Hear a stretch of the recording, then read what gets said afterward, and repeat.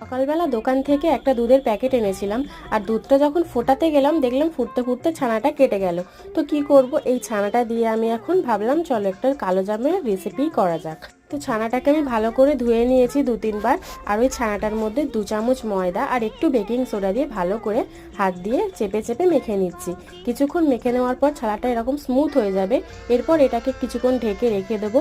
ঢেকে রেখে দেওয়ার পর এটাকে আমি শেপ দিয়ে নেবো, গোল গোল করে একদম শেপ দিয়ে নিচ্ছি যাতে গায়ে কিন্তু কোনো ক্র্যাক না থাকে। সবকটি ছানার বল আমার রেডি হয়ে গেছে। এরপর এটাকে আমি তেলে ভেজে নেবো।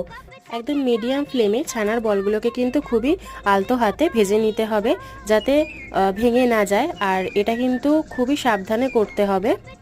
আর তোমরা হয়তো লক্ষ্য করেছো তেলে দেওয়ার সাথে সাথেই কিন্তু ছানার বলগুলো একটু বড় সাইজের হয়ে গেছে।